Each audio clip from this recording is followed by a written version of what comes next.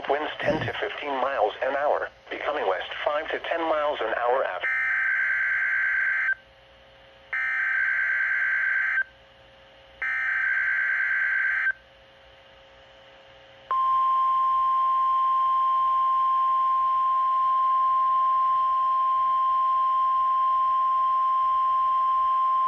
The National Weather Service has issued Tornado Watch number 92, effective until 2 a.m. Central Daylight Time Tuesday.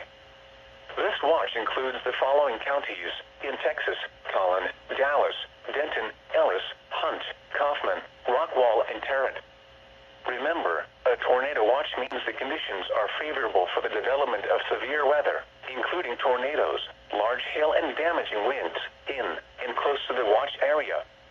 While severe weather may not be imminent, persons should remain alert for rapidly changing weather conditions and listen for later statements and possible warnings.